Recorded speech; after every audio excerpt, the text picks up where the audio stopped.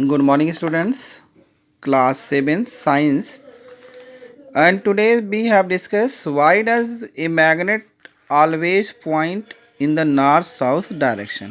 तो मैग्नेट जो है हमेशा नॉर्थ साउथ डायरेक्शन पे क्यों आता है? क्योंकि जो अर्थ का जो मैग्नेट है, जियोग्राफिकल अर्थ का मैग्नेट जो है वो भी नॉर्थ साउथ डायरेक्शन में रखा हुआ है, इसलिए ऐसा होता है। The earth itself is a like a giant magnet. Earth के पास खुद का एक बहुत बड़ा मैग्नेट है। It has two separated magnetic poles. These poles are close to the earth geographical poles. A freely suspended magnet response to the magnetic force of the earth and the point of north-south direction. The directive properties of the magnet is used to make a compass. The needle is in the compass is a magnet.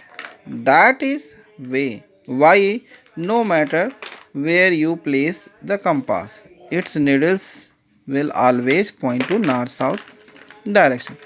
तो जो direction दिखाती है compass, उसकी needle जो है हमेशा magnet के ऊपर डिपेंड करती है या मैग्नेटिक होती है, और वो इसमें कोई मैटर ये नहीं करता है कि कंपास किस जगह पर है।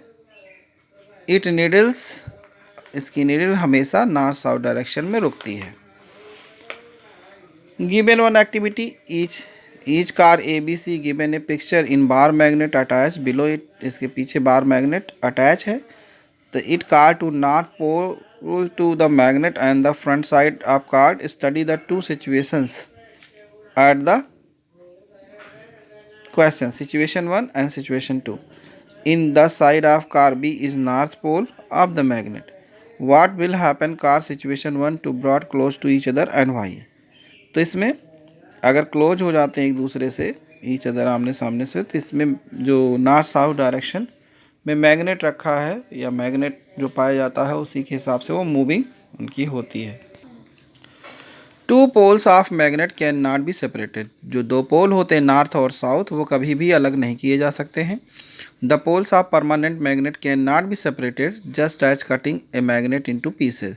If the magnet cut into two pieces, each pieces become a separate permanent magnet and each has north south pole. तो जैसे जो पोल होता है मैग्नेट का, परमानेंट मैग्नेट का, वो कभी भी अलग नहीं किया जा सकता है।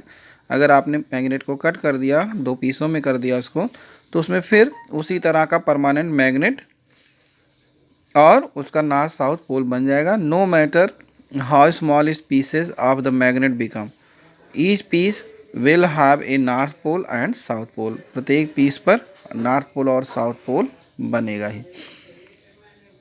ए magnet exerts maximum force at the both its poles. Pole पर सबसे ज़्यादा फोर्स पाया जाता है मैग्नेट में। You now know that if the bar magnet is place to tray having filling iron, the filling sticks on both the poles in magnet to large numbers. This is because to magnet exert maximum force at this pole, its pole. तो जो maximum force रहेगा वो poles पर दिखाई देगा। क्यों? क्योंकि जो है आयरन फिलिंग आपने ट्रे में रखा है, तो वो सब जाके स्टिक हो जाते हैं पोल पर।